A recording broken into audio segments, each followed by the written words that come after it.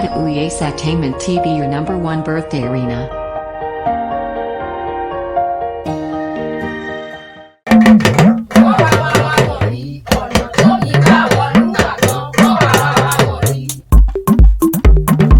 Ọmọnìyí Adéolú. Adéolú o, òkú ọdún o. Scofield. Happy birthday. Jẹ̀lẹ́kẹ́ níjọ́ èyí kò la wàhálà lọ Adéolú ní sọ́jọ́ ìbí. Ó yá o, Máyọ̀wá wá máa mẹ́wì wá kó o máa yànnàná ọ̀rọ̀. Mo dé lónìí o, orí mi àfire. Àpáta ewì lónìí máa ké tọ́tọ́ kí n máa kọ́ lọ́jọ́ bí tòní. Ọmọ ni ìyá Adéolú ní jẹ́. Scofield gangan lèmi ń kí. Àmọ́ lára bí ajá agbọ́gbadélẹ̀ láàrin àwọn akọ. Ẹni ọmọbìnrin kò lọ́nà tó ní. Délé yóò bá jáde ẹni a sì jálè ẹni.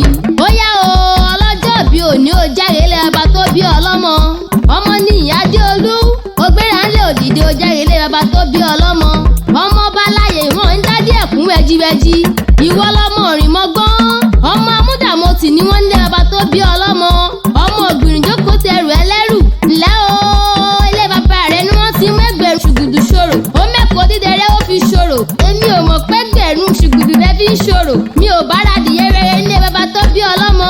Ọmọ olóṣùn ta o, ọmọ olóṣùn ta ọ̀run kẹrẹ́. Ọmọ abí ọlọ́mọ márùn-ún pín. Onírè jẹ méjì, kí ìwọ jẹ mẹ́ta. Kí onírè pinnu pé ó kó gbogbo rẹ̀. Ǹlẹ́ o, dàda òwúrú yẹlẹ̀ yagi oko. Bí owó ọlá sọ́dọ̀ mi.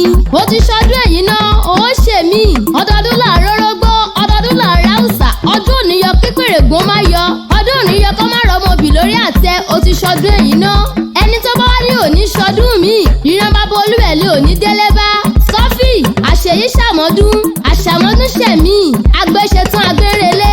Lékelèké ṣe tán ìyẹn rèlú kẹfun. Mo ṣe tán òun ilẹ̀ bá tó bí mi lọ́mọ. Thank you for watching our video and follow us on Instagram, Twitter and Facebook at Apata Ewi. Please don't forget to subscribe to our YouTube channel for more videos. We love you.